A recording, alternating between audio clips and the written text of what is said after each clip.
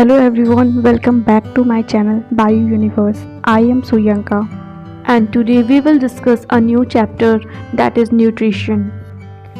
Life processes are the fundamental activities that organisms perform to maintain their existence, grow, reproduce and respond to their environment. These processes are essential for the survival and functioning of all living organisms, from simple single-celled organisms to complex multicellular organisms.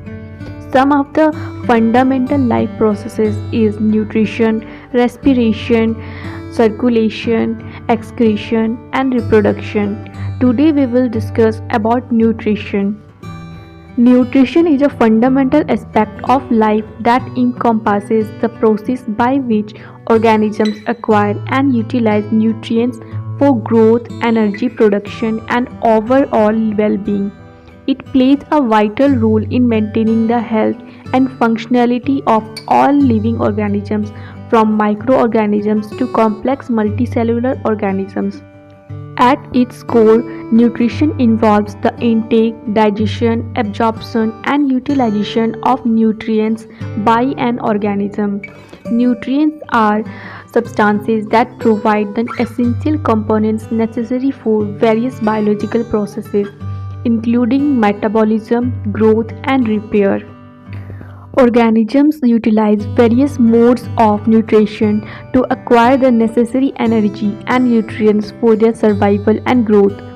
These modes of nutrition can be broadly categorized into two main types: autotrophic nutrition and heterotrophic nutrition.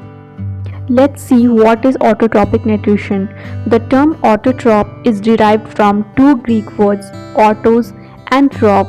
Autos means self and trop means nutrition. In autotrophic nutrition, an organism makes its own food from simple raw materials. Green plants, which are autotrophic, synthesize food through the process of photosynthesis. We can define photosynthesis as a process by which green plants having chlorophyll synthesize the simple sugar, that is glucose, from the simple raw materials, that is water and carbon dioxide, using the energy of sunlight. Oxygen is released in this process. The overall equation of photosynthesis is 6CO2 plus 12OH2O forms C6H12O6 plus 6H2O plus 6O2. The sugar produced is stored in the form of starch in plants. These food reserves provide energy as and when required by the organisms.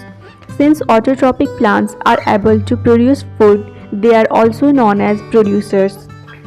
Through all green parts of a plant are capable of performing photosynthesis, the leaves are the most suitable organs for this process. The cells of the leaves contain special organelles called chloroplasts, which are the main sites of photosynthesis. Photosynthesis requires chlorophyll, carbon dioxide, water, and sunlight. Chlorophylls are green pigments found in all photosynthesis organisms and are responsible for their green color. Air contains about 0.03% of carbon dioxide.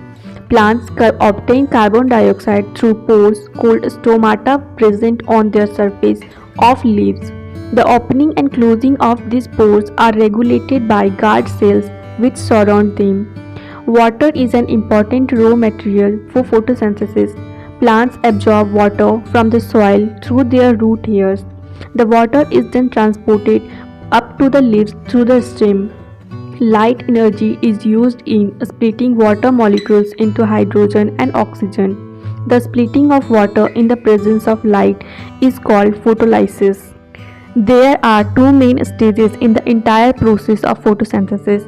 The first stage is dependent on the light, that is light reactions, and other stage does not require light, that is dark reactions. During these two stages, the following events occur. Light energy is first absorbed by chlorophyll molecules found inside the chloroplast. The absorbed energy causes splitting of water molecules into hydrogen and oxygen. During this process, the light energy gets converted into chemical energy. Finally, carbon dioxide is reduced to carbohydrate, that is the end product of photosynthesis. Now let's see what is heterotrophic nutrition. The word heterotroph is derived from two Greek words heteros and troph. Heteros means other and troph means nutrition.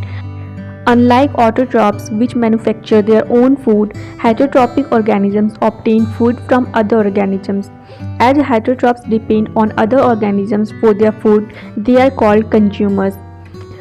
Consumers which consume herbs and other plants are called herbivores, and those which consume animals are called carnivores.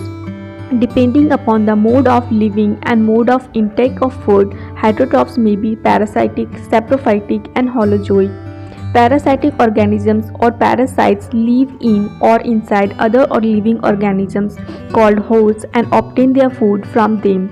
For example, cuscuta, ticks, fleas, leeches, and tapeworms. Saprophytic organisms or saprophytes derive their food from dead organisms. They secrete enzymes that are released on food materials outside their body. These enzymes break down complex food into simple forms. Common examples of saprophytes are fungi and many bacteria.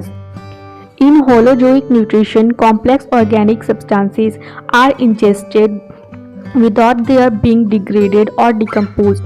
After intake, such food is digested by enzymes produced within the organism. Digested food is absorbed into the body and the undigested product is ingested, that is expelled out from the body. For example, amoeba and human beings.